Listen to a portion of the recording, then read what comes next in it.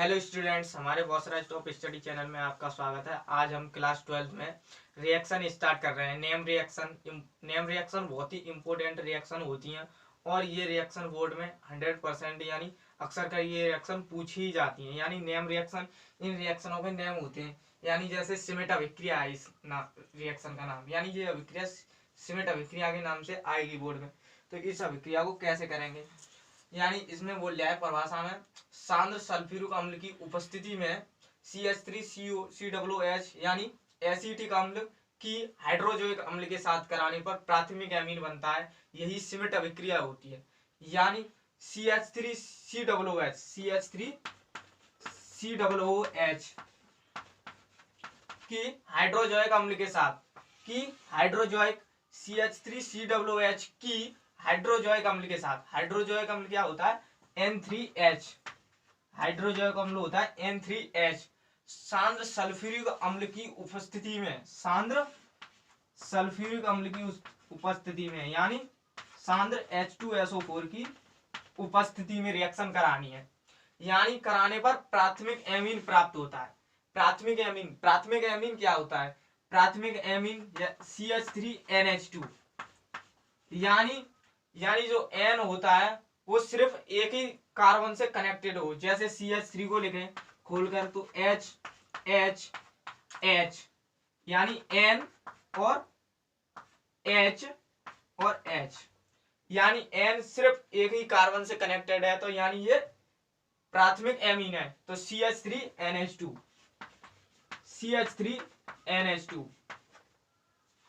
यानी CH3NH2 यानी 2N बची, यानी N2 गैस है तो उड़ जाएगी, प्लस CO2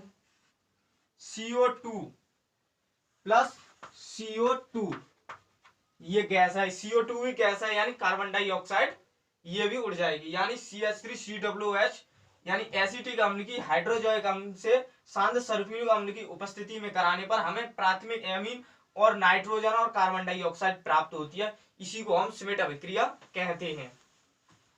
ब्रोमेमाइड अभिक्रिया, इस अभिक्रिया में क्या होता है, इसमें बेंजेमाइड क्या होता है,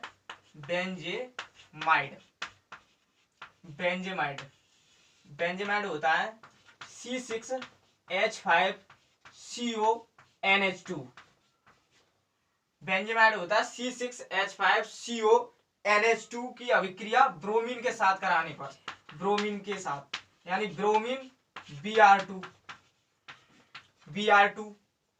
Br2 और इसमें कास्टिक क्षार की उपस्थिति में, कास्टिक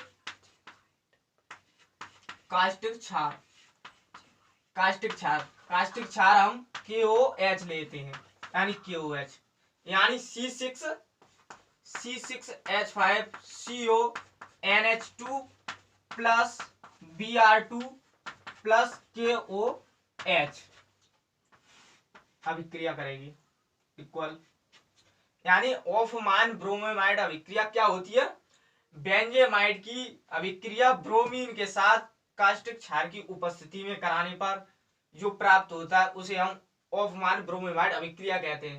यानी इसमें C6H5NH2 ये यूं बनेगा एक उत्पाद, यानी बेंजीन एमीन C6H5NH2 एक Br2 और यहाँ 4 इक्वल करने के लिए 4 लेंगे, तो यानी Br2 2 और 2K, इसमें से 2K लेंगे, सिर्फ 2K माइनस करेंगे तो यानी प्लस के 2KBr,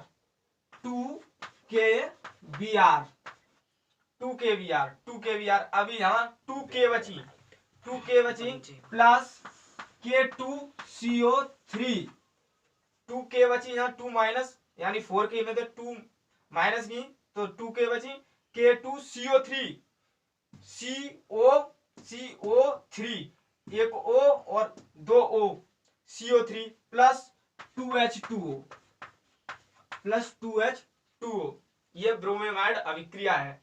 अब इसकी हम डेफिनेशन लिखें तो कुछ ये डेफिनेशन इस प्रकार लिखी जाएगी, यहीं से डेफिनेशन लिखते हैं। C6H5CONH2 की अभिक्रिया ब्रोमीन के साथ कास्टिक KOH की उपस्थिति में कराने पर बेंजीन एमीन प्राप्त होता है। यानी बेंजेमाइड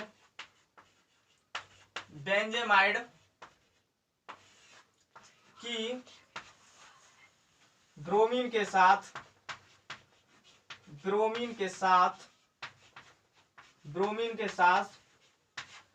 कास्टिक क्षार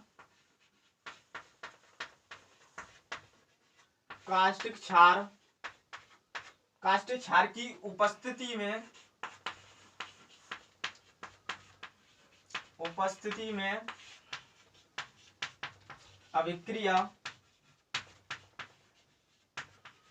अभिक्रिया कराने पर प्राथमिक एमीन प्राप्त होता है। यानी C6H5NH2 प्राथमिक एमीन है, क्योंकि सिर्फ एक कार्बन से ही कनेक्टेड है। यानी प्राथमिक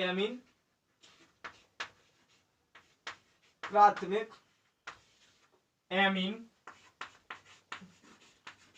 प्राप्त होता है।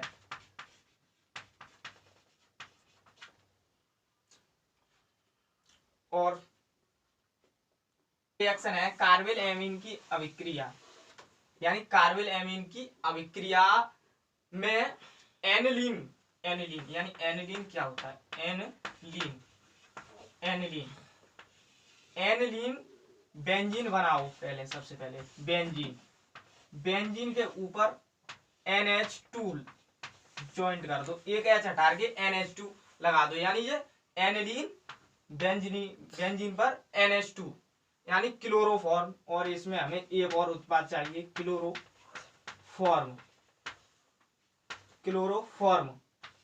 क्लोरोफॉर्म होता है CHCl3।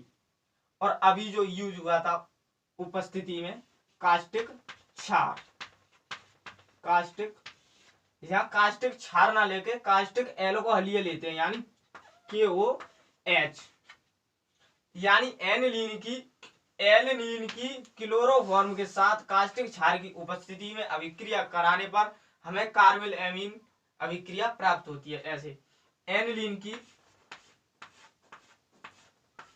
के ऊपर बेंजीन के ऊपर NH2 लगाने पर एनिलीन बनता है। यानी एनिलीन की क्लोरोफॉर्म से CH3Cl3 क्लोरोफॉर्म से कास्टिक क्षार यानी कास्टिक एल्कोहलीय KOH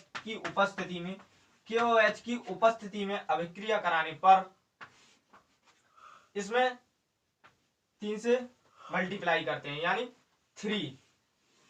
ये देखो 3KCl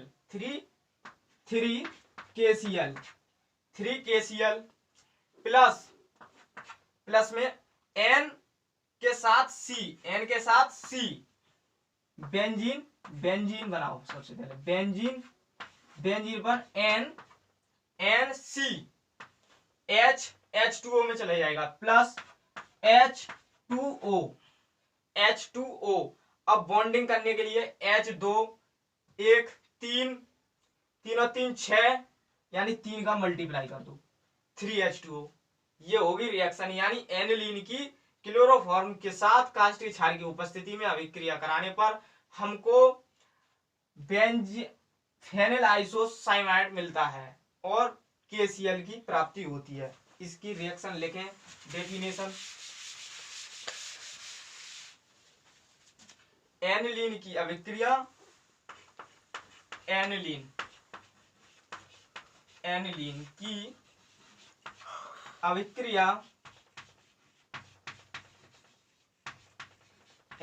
की अभिक्रिया क्लोरोफॉर्म के साथ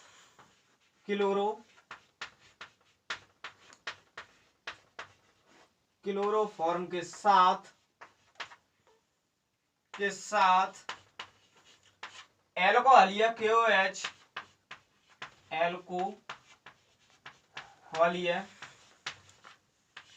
KOH की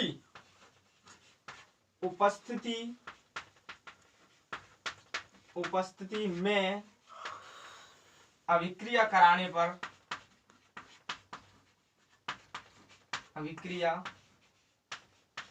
पर phenyl phenyl isocyanide, phenyl isocyanide की प्राप्ति होती है, फेनिल आइसोसाइनाइड की प्राप्ति होती है, phenyl isocyanide isocyanide, phenyl isocyanide. अब ये रिएक्शन हुई, रिएक्शन है गैब्रियल थैलिमाइड संश्लेषण। गैब्रियल थैलिमाइड संश्लेषण में सबसे पहले हमें गैब्रियल एथोनॉलिक चाहिए, गैब्रियल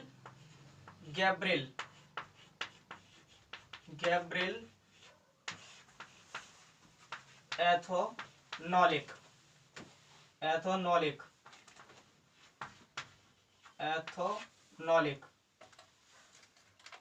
क्या होता है? गैब्रियल एथोनॉलिक होता है बेंजीन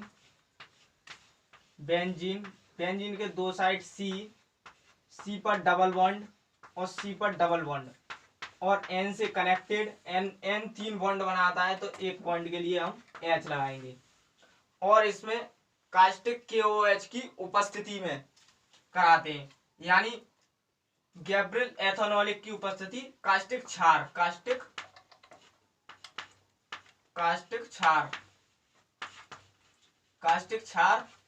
KOH, यानी Gabriel एथोनॉलिक benzene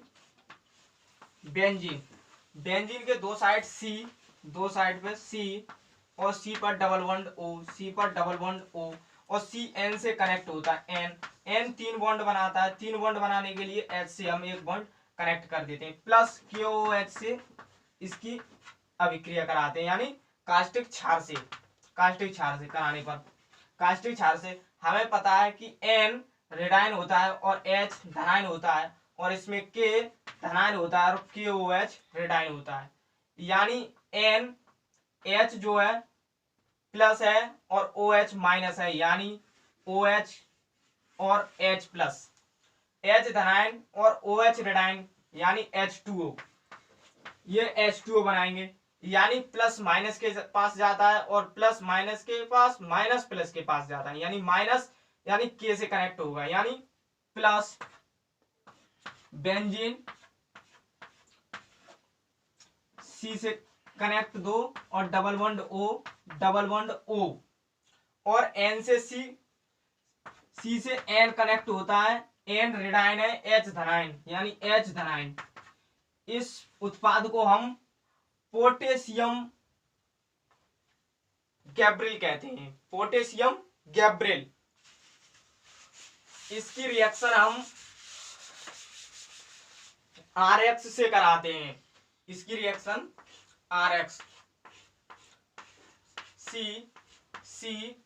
double bond O N से कनेक्ट है, H धनायन K धनायन प्लस RX, इसकी रिएक्शन हम RX से कराते हैं, यानी हम जानते हैं X रेडाइन होता है और RX धनायन होता है, धनायन और H रेडाइन होता है, यानी K X के पास जाएगा, यानी इक्वल KX उत्पाद बनाएगा और R धनायन N रेडाइन के पास आएगा, plus benzene C double bond O N के पास R डबल बॉन्ड N और R, ये उत्पाद बना आपका।